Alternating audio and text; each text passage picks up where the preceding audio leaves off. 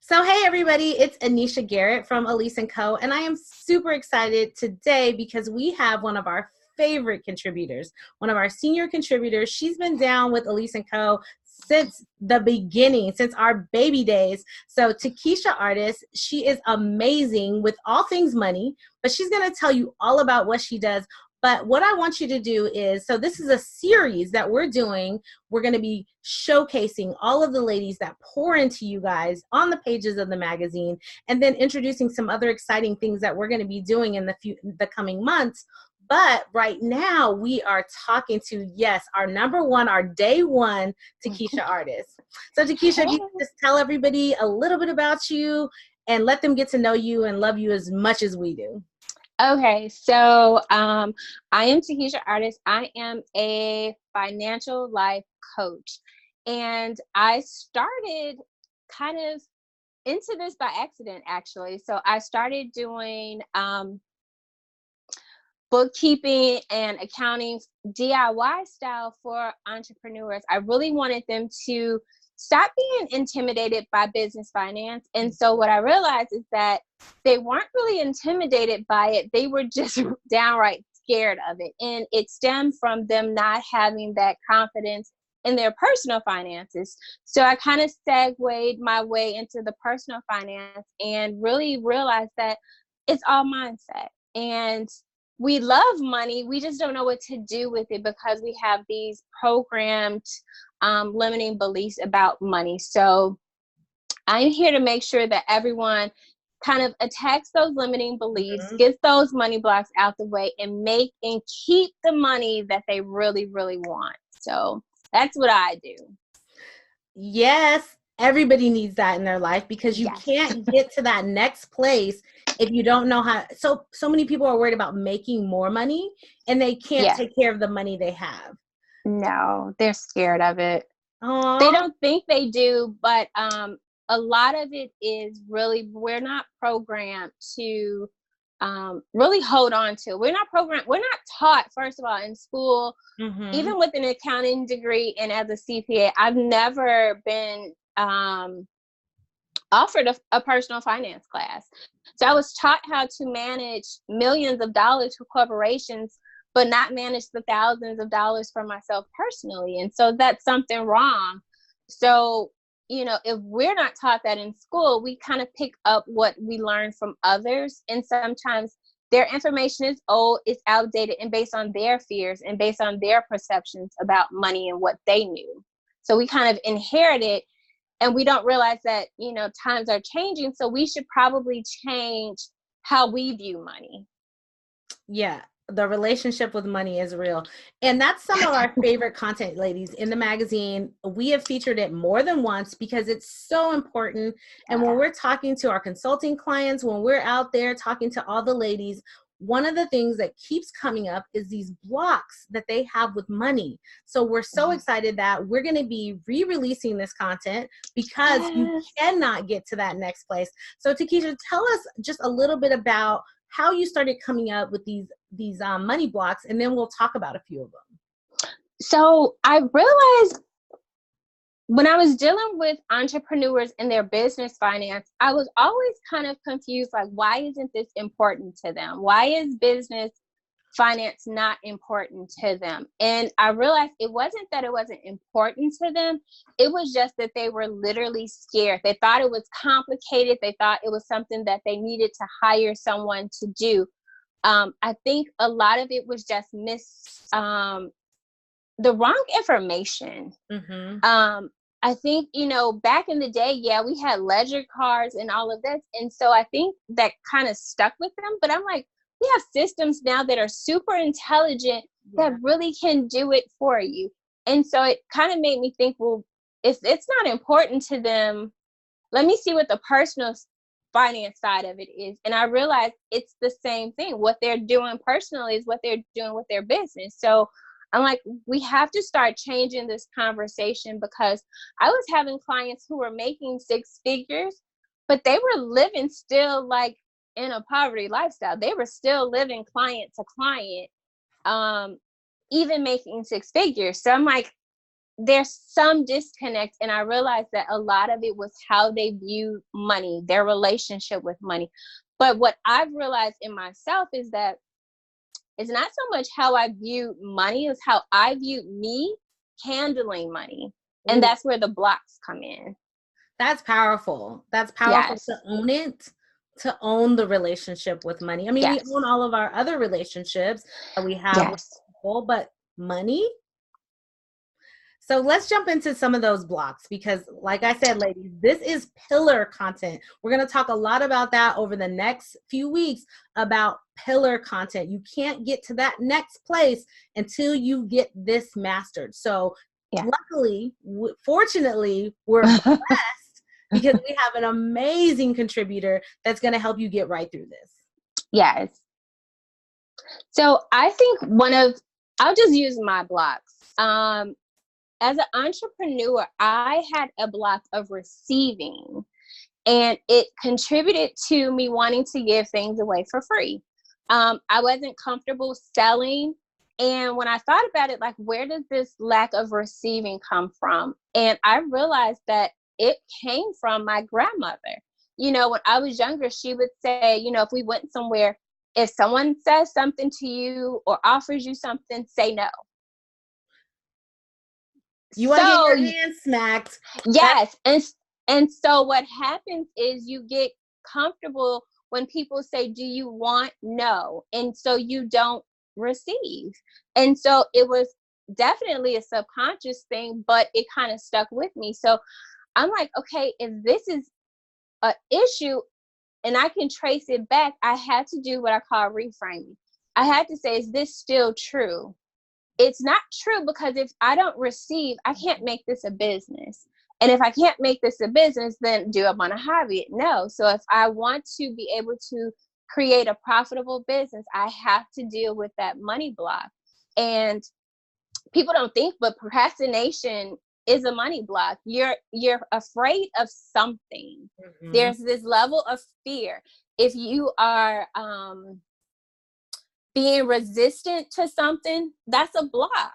It's just success. Fear of success was huge for me in the beginning of the year. We talk a lot about fear of failure, but fear of success is just as detrimental. Yeah. And I had to uncover that. And I'm like, what does this even mean? Like, well, I don't want the money? What are you talking about? There's no fear here. It is, for me, it was every level that I had achieved, I lost people. And so I took it personally. Well, if I'm losing people, why would I want to be successful? And I had to reframe it to say, I'm not losing people. Those people just aren't meant to go to the next level with me. And I had to reframe it even more. The people that I serve, they need me to be successful because I'm sharing how I got there. So if I'm not successful, I can't share that with them. So I had to change how I viewed those blocks and make them into something positive, and then find new experiences behind them. And that's what reframing is. And it can apply to money, to weight loss, to negative thinking, anything. It's just saying, number one, what's the negative thing that you're thinking about? For me, it was, I'm scared of success. Every time I'm successful, someone leaves me. Is this true? Yes, it was true. But what's another truth around that? Maybe it was a blessing and not a curse. Maybe those people just weren't meant to go to the next level with me. Okay, if they weren't meant to go to the next level, how can I find new experiences around that? Well, I found new people on those other levels who were gladly helping me, pushing me, supporting me along the way. And so you just do the exercises over and over and over again. And then you realize, like, you can find a negative and a positive for any idea, situation, thought that you have. Yep. If you say that, it's terrible, no one wants to buy from me, no one will buy from you. But if you say people love my product and service, people will love your product and service. So you will find whatever answer you want, you will find that answer. And look at that, ladies. She's not just dropping the money gems. Like, she's not No, telling you how to balance the checkbook and all of that technical stuff. That's important too, but it is. this is part of it. It's a huge part of it. And you Mhm. can't get to that place to do all the technical stuff behind it if you haven't done these critical things. That reframing, that is the nugget, guys. That is the, Yes. ladies. I'm sorry, ladies. Yes. Takeaway. Yes. I have gone through all of the ups, downs with money. And what I realized, kind of going back and kind of trying to journal like how I got here, Mm-hmm. I was bankrupt with a baby. I knew how to manage millions for corporations, not for myself. And when I realized going back, it wasn't that I got the strategy. It wasn't that I was just like, oh, I just need to do a budget. It was I had to get good with me. And then those other areas in my life got better. So once I was like, okay, I am going to be a wealthy woman. What does she look like? My relationships got better. And just by chance, those people fell away. The money started to, come, new opportunities came. And I was like, okay, I want to do this with money. Yes. All of that other stuff came because I became a better person. I decided I am not going to be poor. I am going to be a wealthy woman. What does she look like? I don't know. Who can I, emulate or look up to Yes. that has that? And I didn't have anyone in my, immediate circle. I was that person, but I said, okay, what celebrities are out there that, I think are good with money? And it's not that you want to be them. You're just looking for them for inspiration, to let you know that if they did it, they're probably no different than you. You can do it too. Yeah, because there's people who have an abundance, but they're living a poor lifestyle. They have a poor Yes. mindset. Yes, there are a lot of people who make great money, but they are still living in poverty. And poverty is not just, where you live or your environment. It is also a way of thinking. Wow, the reframing, like all these nuggets, like pull this out, ladies. Reframing, decided, and got in Yes. alignment. Like that Yes. is the progression, you guys. Yeah. So it's like you can think, okay, I'm gonna get a fancy spreadsheet or an app. If you don't do this work, No.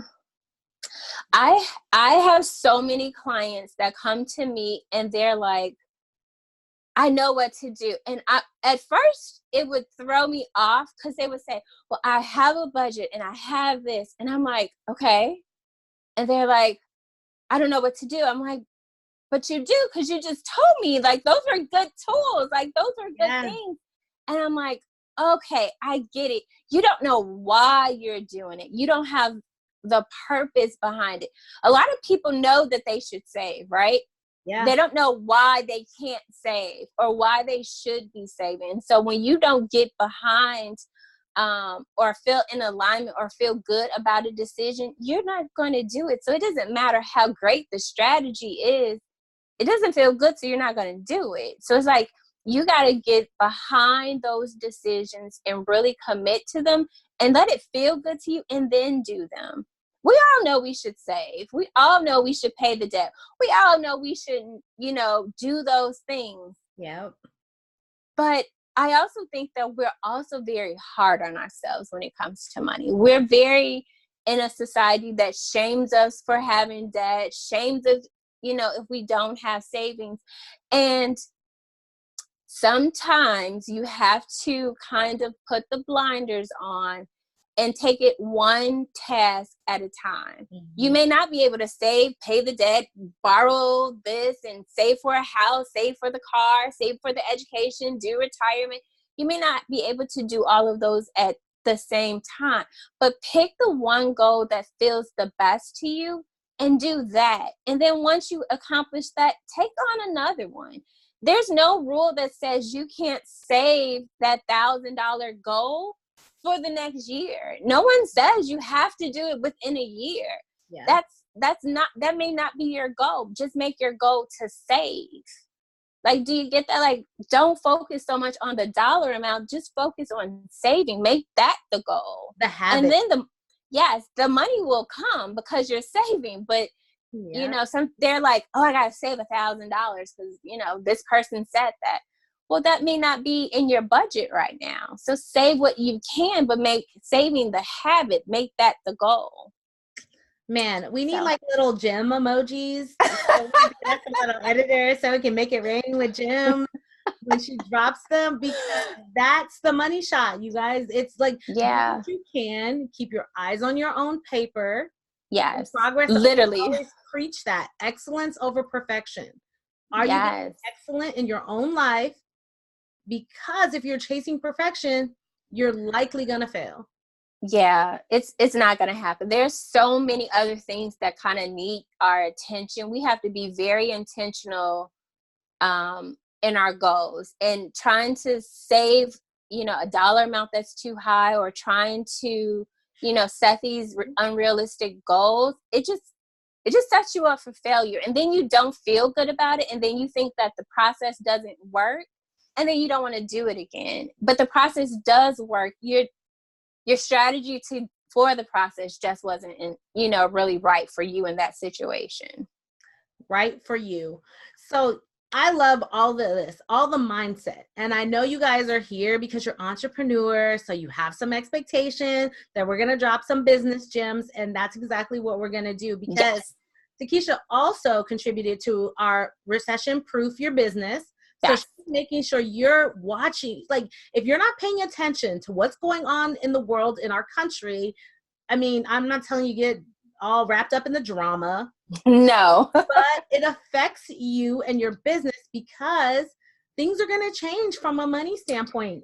Yeah, very much so. I think at the very least, if you are an entrepreneur, aspiring entrepreneur, now is such a great time to kind of throw your hat in the ring and create a business. Or if you have a business, kind of push it a little bit harder this year. They're expecting the recession to hit third, fourth quarter 2020. Ooh. And it's not a scare tactic, it's an awareness tactic. Let's say that. Yeah. There are definitely a lot of things that you can do, but the main one is to think of what type of product service you have, and how, if your customers are having less income, how that will affect your business. Okay. So if you're starting now, you have a leg up. You can build that momentum. You can get them to like, know, and trust you, so that, you know, it may not affect you as much. But if you're like, okay, well, I'll wait till next year, you're kind of behind the game. I also think if you are in business, you definitely should make sure that you have business reserves. And it's just, you know, put a little bit away. Don't spend it all. Don't do every upgrade that you want. Just be mindful of knowing how much it costs to operate your business, and maybe keep 1 or 2 months of expenses in there. So just like you would create a personal savings account, create one for your business. Just in case, you know, times get hard, you at least will be able to operate your business on autopilot for a couple months. That is great advice, because we're not, so many of us, when we're just starting out, we're not developing those healthy habits. So those are healthy habits to have in your business. They're not just, because if you work at a 9-to-5, any major corporation, you best believe that they're putting some, I like to call it the kitty. They're putting something in the kitty to have for later, because they know there's going to be highs and lows, and you have to adopt that CEO mindset and do the same thing for your business. Yeah, definitely. Well, perfect. I'm super excited. You guys, we're re-releasing Takisha's content in our best of issue. She's going to be with us for the long haul. So you can expect to see her in all future issues. She's our senior contributor on all things money mindset. And we're super excited about taking those next steps. But you need to be following her outside of Ellese & Co. So Takisha, tell us how people can find you. Tell them how they can spend tons and tons of money with you because they can get their mind right so they can get their money right. Yes. So on Instagram and Facebook, I am Takisha Artis. My website is Takisha's Theory. I spend a lot of my time in stories on Instagram because it's where I want to have those conversations about money and quick tips. So I love stories on Instagram. They are on Facebook, but Instagram by far is my favorite platform. But I'm also on Facebook too. So I have resources, a resource library, free content, because my thing is sometimes you don't know that there's a problem until someone creates a question or sparks that awareness. And so I definitely want to be one of the trailblazers in getting people to kind of change how they view money, how they view their relationship with money. Well, thank you so much for all that you pour into our community, and we appreciate you so much. And we are looking forward to, the coming content. Yes. I'm excited about the next issue. Yes, it's going to be lots of fun. Ladies, remember, follow Takisha. She's everywhere. Get in those stories because, yes, the stories is where she's got her major gems. You get to click through. She's got the little tips, guys. But she's dropping it in there, and it's not her snacks. It's real good, meaty content. So follow Takisha everywhere. And thank you guys so much for spending time with us. We certainly appreciate you, and we cannot wait to chit chat with you again. Yes. Bye, guys.